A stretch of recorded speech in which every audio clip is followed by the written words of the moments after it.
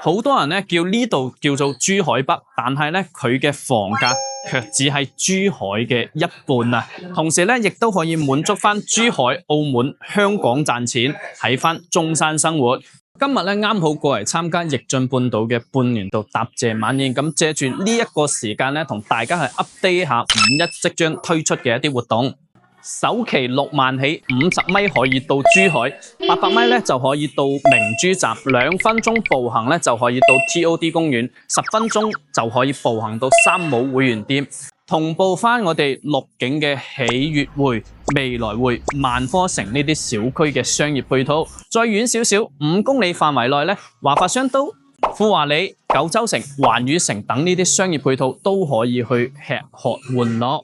咁平時咧去翻我哋口岸坦洲到拱北口岸線咧，可以的士花8蚊雞，10分鐘嘅時間就可以到達公交花園站，搭翻002、986、931直達，交通咧4通八達。所以咧佢憑借住咁多嘅優點，成為咗眾多珠海買家、港澳買家喺中山南部認可度高及口碑標杆嘅項目。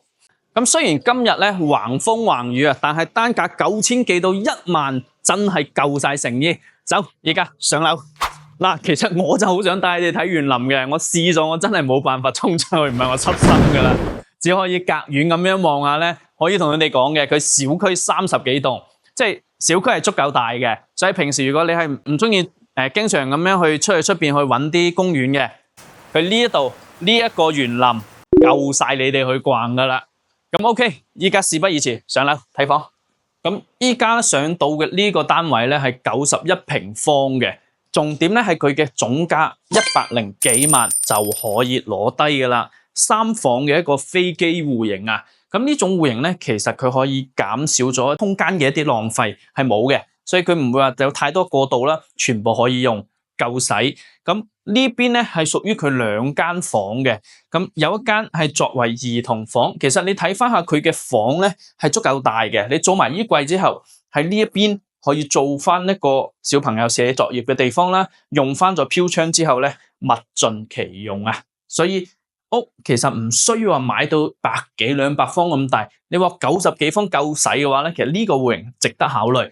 咁另外呢一個係屬於佢嘅主人房嘅一個位置，帶咗佢嘅一個套間嘅，咁擺翻一張1.8米嘅床都係完全冇問題。再做翻一個櫃之後，咁其實睇翻下佢呢一個戶型，望到佢整個園林個 view 咧係夠靚嘅。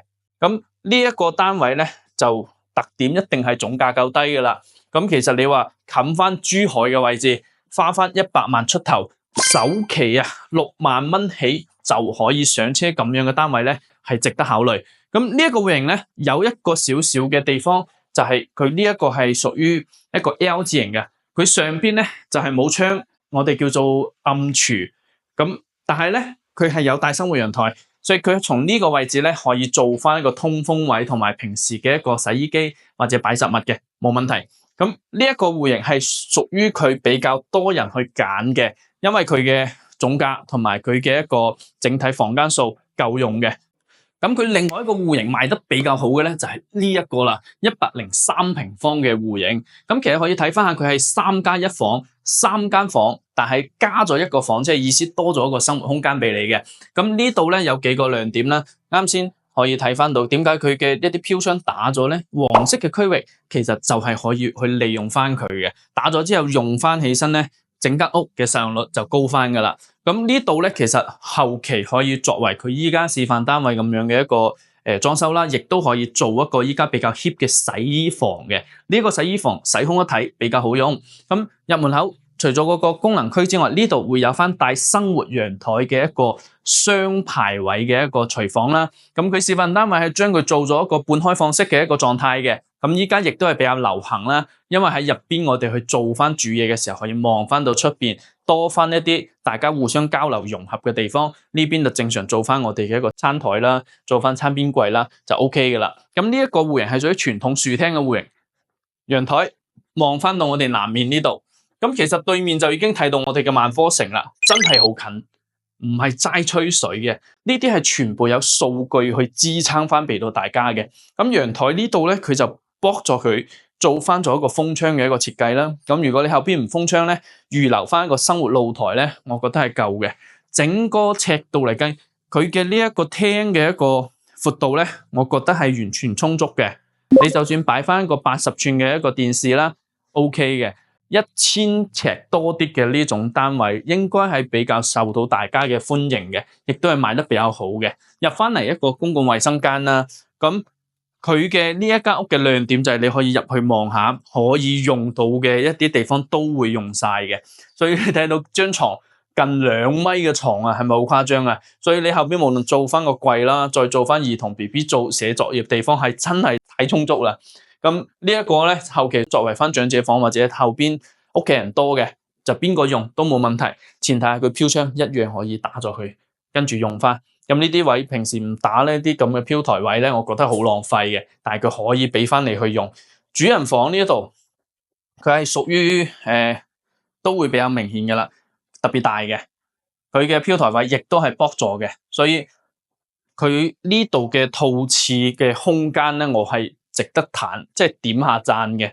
咁亦都係滿足翻擺翻個1.8米嘅雙嘅一個衣櫃嘅一個床頭櫃啦，再加埋駁咗呢一個飄台之後，反正整體俾我感覺咧，呢間房已經滿足到80%嘅人啦，真係 OK 嘅，有翻咁大嘅一個窗。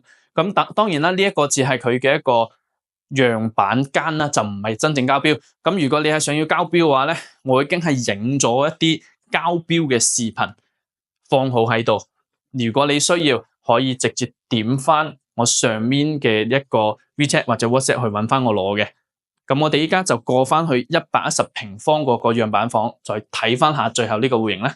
咁另外一個咧係屬於佢110平方嘅戶型，呢個戶型咧就會比較靚啦。入門口呢度咧係做翻咗佢嘅一個廚房區域嘅，咁佢呢度可以做翻佢左右兩邊都有雙陽台，一邊嘆茶飲嘢，另外一邊嘅話咧可以做翻我哋嘅一個封閉之後嘅一個晾曬區，完全冇問題。咁你睇翻下呢個戶型咧，佢嘅實用率係比較高嘅，無論係佢嘅陽台嘅一個大細啦，定係佢嘅整個客廳嘅一個尺度啦，其實我覺得係 OK。另外，除咗南面可以睇翻佢嘅一個遠景之外，北面同樣可以睇翻佢嘅園林景觀。呢一點咧係屬於4個戶型入邊係比較值得去推薦嘅。咁呢種屬於改善戶型會選翻噶啦。咁所以樣板咧佢唔係交付嘅，佢呢啲櫃咧佢冇嘅，係咪啊？櫃嗰啲佢係冇嘅。咁後期咧你自己可以參考翻做翻一啲餐邊櫃就 OK 可以用噶啦。咁北面嘅陽台咧就可以後期參考翻佢，你想封翻去做翻晾曬嘅，我覺得都冇問題。反正兩個陽台咧，你睇翻自己想點設計。房間呢度咧就可以望翻嘅，3間房，2個衛生間。咁佢呢一個房咧係做得床會比較大嘅，咁佢滿足翻好似小朋友大翻少少，需要比較多嘅一個空間嘅話咧，呢個戶型會比較啱。咁你可以睇翻佢呢邊亦都做晒乾濕分區嘅一個展示啦。即係做翻全面櫃之後，鏡嘅整個空間感亦都會有翻嘅。咁呢一個房咧，個人感覺就係佢飄窗，因為佢係打咗啊，所以呢度咧你會感覺佢呢個位可以用嘅會多翻好多。咁呢張床應該係1.5米床，係1.5米床。咁後期做翻個60深嘅櫃之後咧 ，OK 嘅，夠用，係110平方。咁呢一個次臥咧，我覺得係可以滿足到嘅。咁主人房 OK， 咁主人房呢邊咧可以睇翻，同樣飄窗亦都係全部駁晒嘅，帶翻望北面園林景觀。咁佢多咗一個咧就係步入式嘅一個衣帽間啦。